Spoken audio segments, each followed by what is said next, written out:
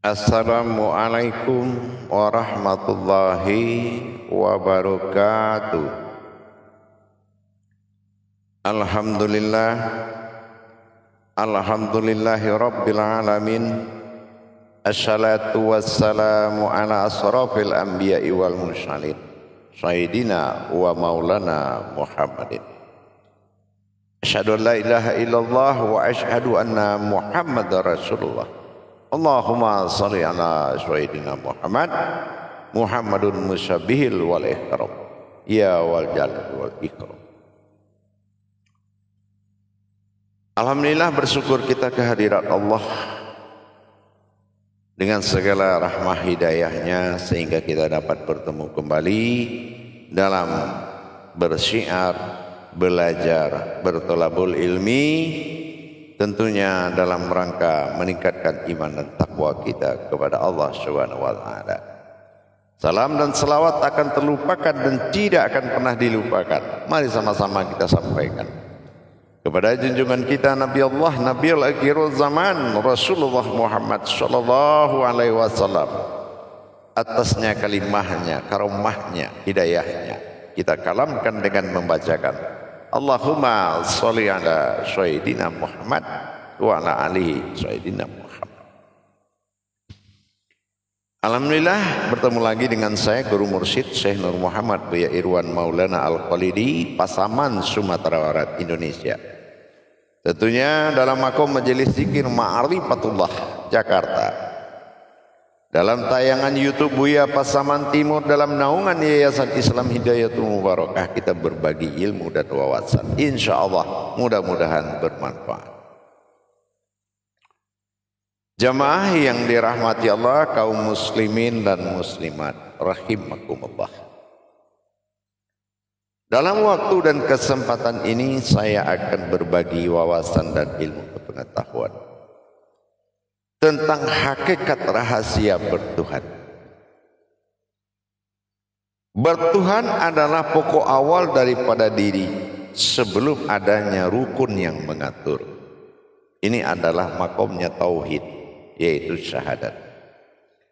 Bertuhan adalah tidak mempertuhan sesuatu dan membesarkan sesuatu yang dianggap Tuhan, karena itu sudah keluar dari marwah diri.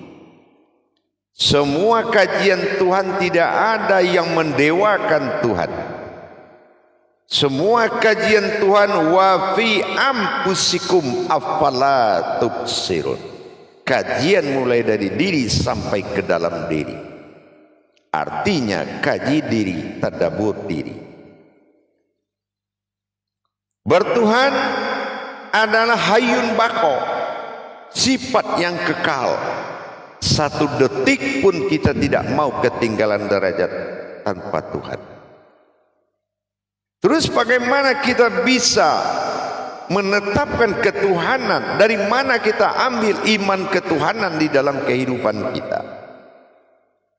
Kalau iman agama, imanudin itu sudah diatur pada ba'da yang tepat, waktu yang sudah ditentukan sebagai bentuk keibadahan kita, sebagai bentuk nilai ibadah adanya umat dan Tuhan.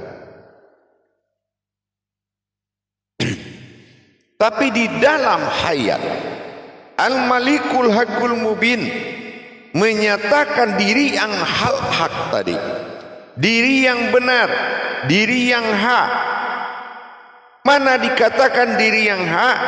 Diri yang hak adalah diri yang menggerakkan diri. Apa diri yang menggerakkan diri? Sebuah mayat tidak akan bergerak tanpa diri. Disinilah yang dikatakan dua tingkatan jalan bertuhan. Ada tingkatan batin yang dinamakan sholah atau hubungan batin. Yang kedua tingkatan wujud, yang batin itu bisa terlihat.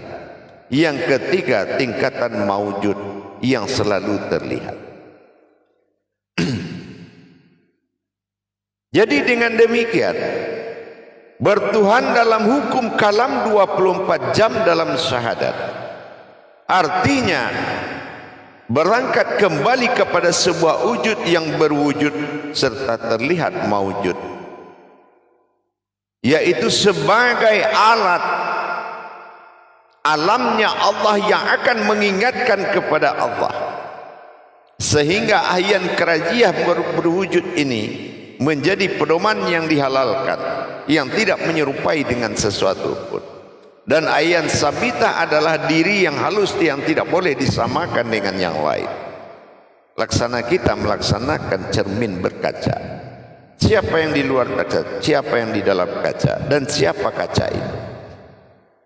Kenapa dia bisa mempertemukan zahir dan batin? Inilah yang dikatakan hakikat bertuhan.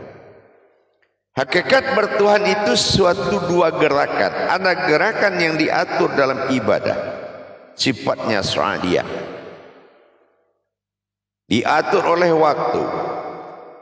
Tidak mungkin kalau kita selesai sholat dan jalankan hakikat bertuhan, selesai sholat, selesai bertuhan. Apakah seperti itu? Tetapi bagaimana yang dikatakan bertuhan yang tidak terhalang oleh detik, waktu dan saat, dengan menetapkan seluruh la maujudun illallah, dengan kita mendirikan wa huwa ma'akum aina ma kuntum dalam intisari ayat Al-Hadid surat 4. Kita lihat surat Al-Hadid ayat 4 itu ternyata jelas menetapkan wujud Allah yang dipandang sebagai maujud adalah hakikat ketuhanan 24 jam. Siapa wujud itulah aku, siapa wujud itu adalah Tuhan, dan siapa yang maujud adalah umat. Ingat, disinilah letak marwah ketuhanan bagi diri. 24 jam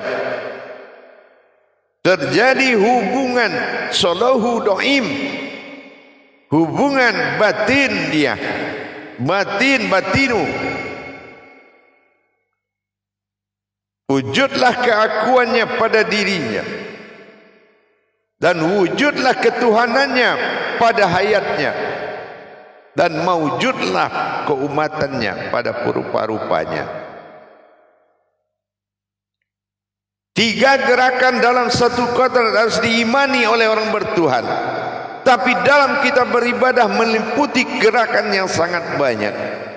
Tetapi bagaimanapun kita menghimpun, kemanapun kita bergerak, hanya satu kodrat. Kita pergi ke pasar, ketemu orang, tidak ada yang sama dengan kita.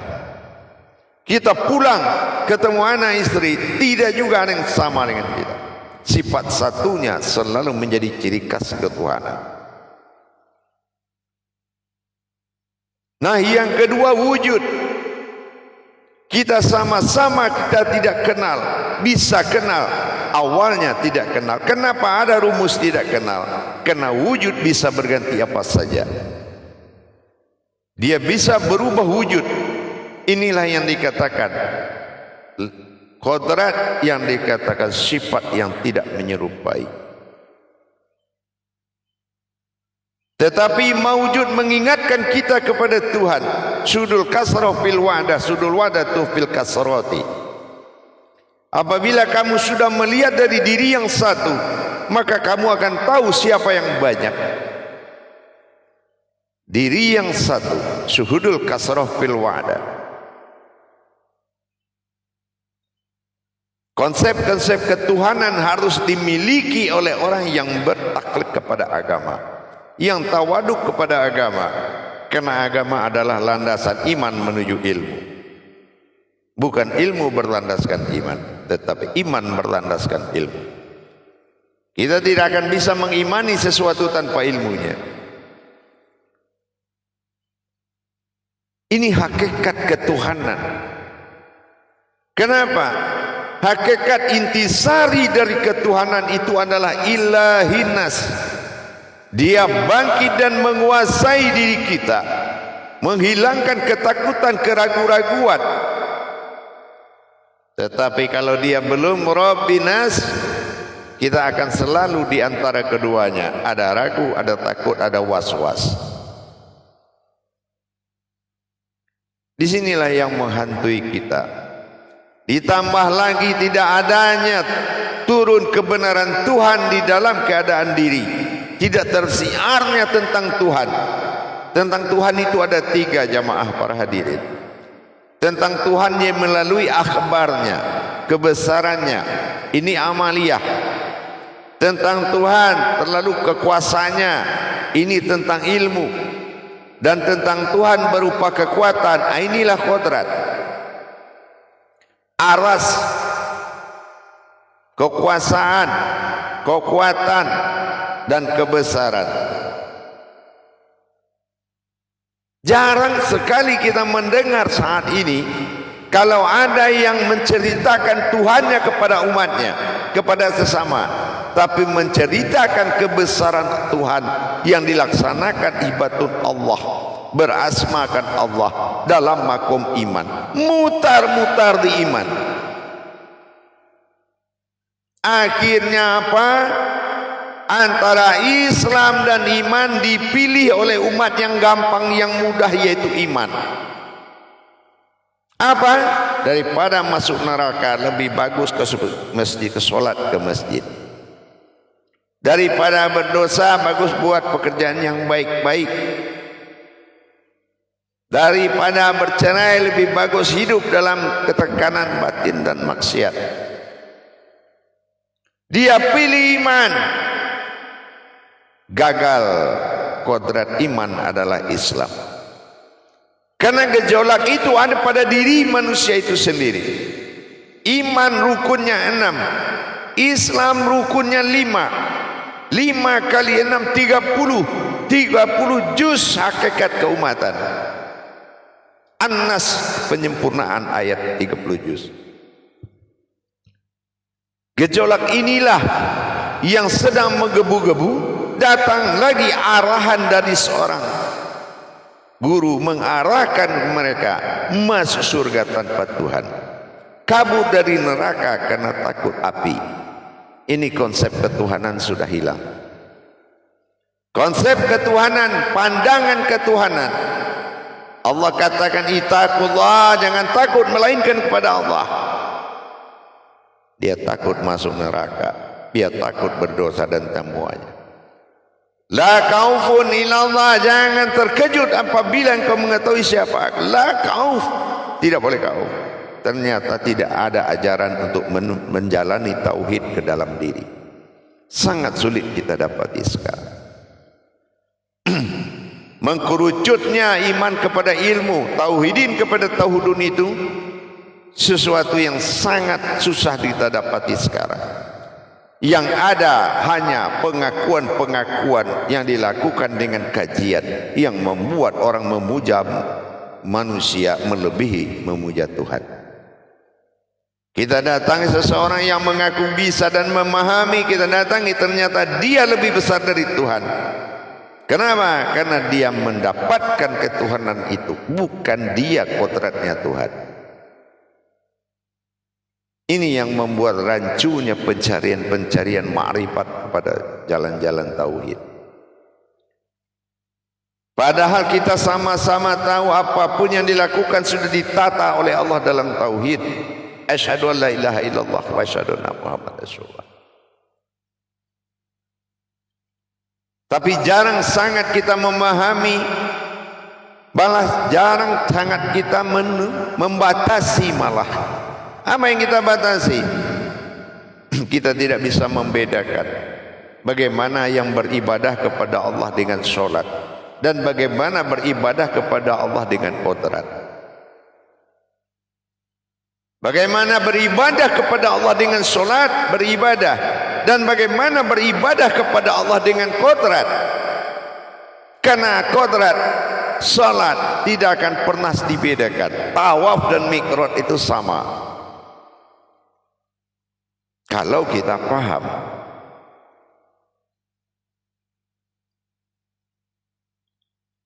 Bagaimanapun seorang guru mengarahkan muridnya ke masjid, tapi dia tidak pernah mengarahkan muridnya kepada Tuhan. Dari rumah dia tanpa Tuhan, di masjid dia mencari Tuhan, mana ada? Tidak akan pernah terjadi. Allah tidak punya tempat dimanapun, dan Allah hanya ada di mana kamu ada. Wa huwa ma'akum aina ma kuntum.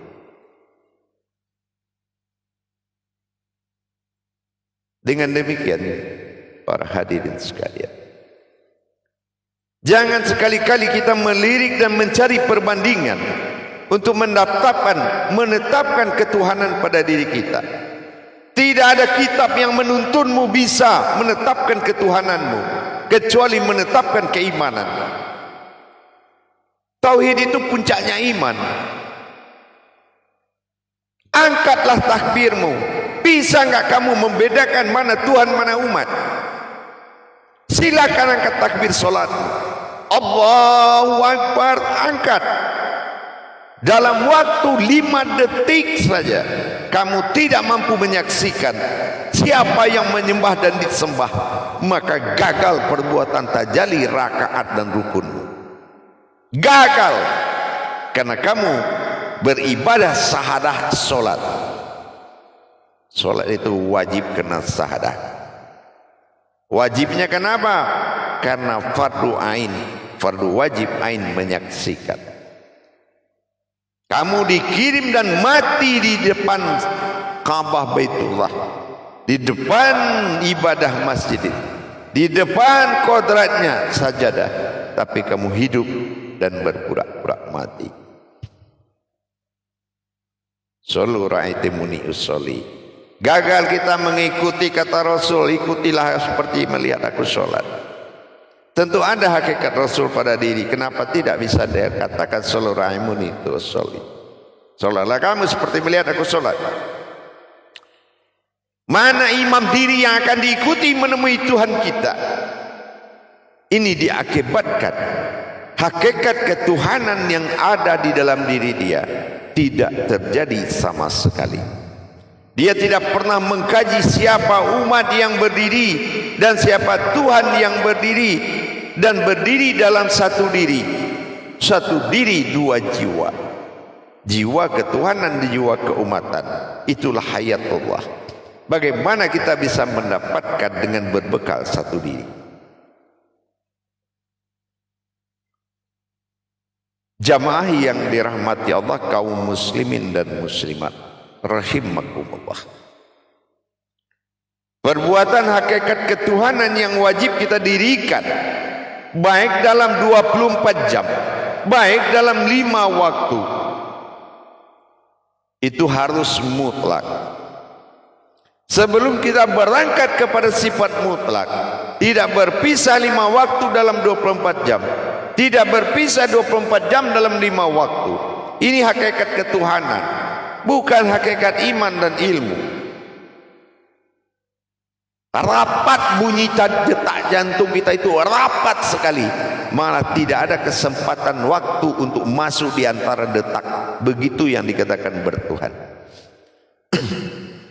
Tidak ada satupun waktu yang bisa masuk di antara detak jantungmu, kalau kita memang tahu apa makna dari segala itu.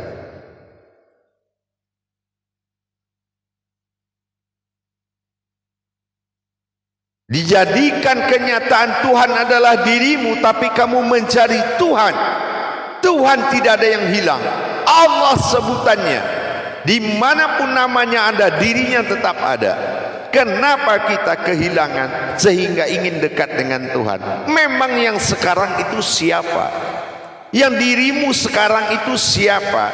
Jamaah dan para hadirin, bukankah engkau sebuah wujud yang maujud, sehingga kamu tidak lagi mendapatkan rasa itu, karena pengakuanmu sudah lari kepada tubuh yang berakhir dengan mayat. Akhirnya salat pun dipimpin oleh mayat. Nilai hakikat ketuhanan itu adalah wujudnya aku, wujud pada ketuhanan dan maujud pada umat. Itu hakikat ketuhanan para jamaah dan para hadirin sekalian dimanapun berada. Jangan mengahbariahkan tauhid Tauhid bukan dibesar dan dikembangkan. Tauhid itu dikerucutkan menjadi satu, dari ahad menjadi wahid.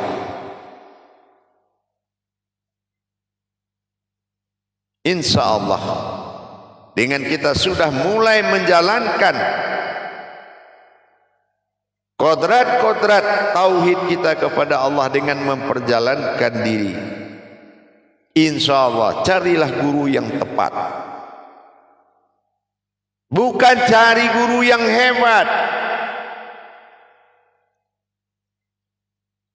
Jangan kamu cari guru yang hebat para saudaraku semua, tapi carilah guru yang bisa membuat kamu hebat. Carilah guru yang sirna dalam mengajar. La mawjudun illallah. Dia adalah wujud Allah yang berbicara. Kesempatan kebaikan dalam Tuhan untuk umat hanya satu kali, tapi kesempatan untuk beribadah memang diatur lebih banyak. Insya Allah.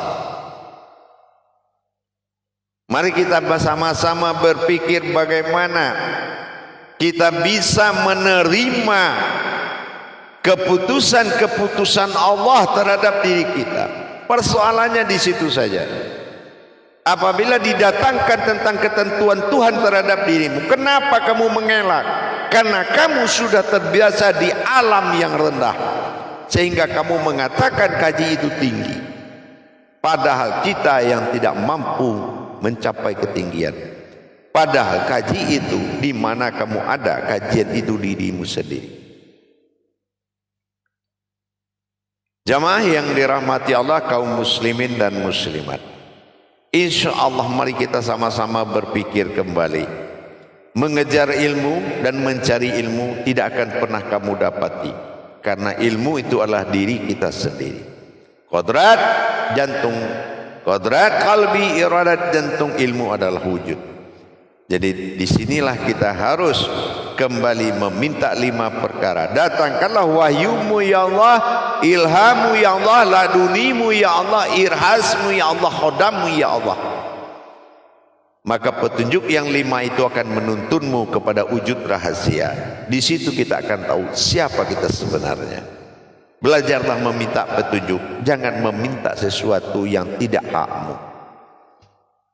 Kamu orang yang datang dari alif kembali kepada alif. Jangan banyak tingkah di dunia ini. Biarkanlah dunia ini menyediakan apa yang kau mau. Al-Maidah, alam ini akan mengidangkan apa yang kamu mau. Tapi jangan kamu meminta kepada orang yang menghidangkan kamu, karena kamu adalah hamba Allah yang nyata di muka bumi. Jangan kamu jadikan pembantu pelayan itu menjadi tuan. Ingat, kamulah tuan dari sebuah pelayan. Artinya kamulah tempat mereka mengabdi, bukan kita mengabdi kepada alam. Ingat, bukan kita mengabdi kepada makhluk, bukan kita mengabdi kepada siapapun. Mereka lah, kita adalah tempat semua rahmatan fil alamin ini mengabdi kepada kekuasaan Rabbil alamin. Insya Allah dengan kita sudah menjadi hayatnya Allah, hakikat Allah, alamnya Allah, mudah-mudahan tidak lagi kita menjadi pengemis kepada alam nyata ini. Alam nyata adalah alam nikmat yang harus dinikmati, alam nikmat yang harus kita nikmati, alam hasanah, akhiratil hasanah, tempat kamu bersenang, tempat kamu bergembira, karena hidup adalah surganya Allah. Insya Allah mudah-mudahan ciptakanlah kenikmatan, kesenangan dan kegembiraan serta bahagia. Semoga kamu menjadi alam Allah yang tenang dan Allah mudah menurunkan petunjuk. Tapi kalau kita gelisah, kita was-was, kita cemas, kita takut, sesungguhnya kamu adalah seperti sesuatu yang liar yang tidak bisa dijinakkan. Ini yang mengakibatkan jauhnya hidayah darimu. Jamaah dan para hadirin hadirat dimanapun berada, kajian tauhid bukan kajian sekelompok orang. Kajian tauhid adalah kajian makom seluruh umat. Jadi tidak ada dalam kajian tauhid seseorang bisa membesarkan diri, seseorang bisa menaikkan harga diri, seseorang bisa membesarkan derajat diri. Tidak. Disitulah seseorang membesarkan Allah dan mengecilkan dirinya. Insya Allah mudah-mudahan sebuah syiar itu tidak akan menyebut dada, tetapi dada itu adalah puncaknya syiar. Saya syiar itu salah, tapi syiar itu ada di saya itu boleh. Insya Allah mudah-mudahan dengan kita selalu meningkatkan kebenaran, semakin hari Allah akan memberikan perubahan. Jangan kita takut. Apapun yang akan kamu hadapi di depan, di jalan Allah hadapi. Selagi di belakang alif itu kosong, maka kamu jangan ragu. Semua dipersiapkan dan bekal oleh Allah. Kekosongan di belakang alif membuatmu maju tidak gentar. Inilah iman dan ma'rifat. Insya Allah mudah-mudahan berjalan dengan baik. Bagi kita yang selalu bertafakur dan bertazakur kepada Allah, jangan lupa kamu adalah orang yang membuat Allah ingin dikenal, bukan kita yang terkenal. Ingat, Allah ingin dikenal, bukan yang menyampaikan ingin terkenal. Ingat, jangan ambil alih. Allah akan menurunkan murkanya dengan membuat malu dan aib. Diakibatkan kamu salah mempergunakan mimbarnya Allah. Siapa mimbarnya Allah? Bermimbar Muhammad kepada Adam, berkalam Allah dalam nyawa. Ini yang dikatakan mimbarnya Allah. Dan harapan saya benar-benar hakiki ini menjadi tumpangan bagi kita yang membawa agama. Dan bagi kita semua yang menikmati agama, jangan kamu sentuhkan agama itu dengan tubuhmu, karena agama itu sangat suci. Maka belajarlah kepada sesuatu dan seseorang bagaimana agama yang tidak tersentuh oleh tubuh itu. Insya Allah, maka itulah yang dikatakan maha suci. Insya Allah. Barakallah ya Allah. Ya Rahman ya Rahim. Mudah-mudahan bagi saudaraku yang ingin memperdalam ilmu tauhid dan mendekatkan diri, insya Allah kita sama-sama belajar. Silakan dicari aplikasi Buya Pasaman Timur di Play Store HP-nya, daftarkan di situ. Insya Allah mudah-mudahan kita bertemu dan mendapatkan live seminggu sekali tentang tauhid diri kepada Allah. Tidak ada yang hebat, tidak ada yang pintar. Seekor semut pun tidak akan menyembah manusia. Seekor semut pun tidak akan pernah menyembah manusia. Untuk apa kamu katakan kamu hebat? Kamu tidak. Tidak ada. Selain tumpangan dan kehadiran Allah menjadi wujud bagi dirimu, maka alam akan beribadah kepadamu. Insya Allah inilah wujud Allah. Inilah mawujudnya. Insya Allah menjadi kadim nur, kadim Allah, kadim. Insyaallah akhirul kalam. Wabillahi taufiq wal hidayah. Assalamualaikum warahmatullahi wabarakatuh.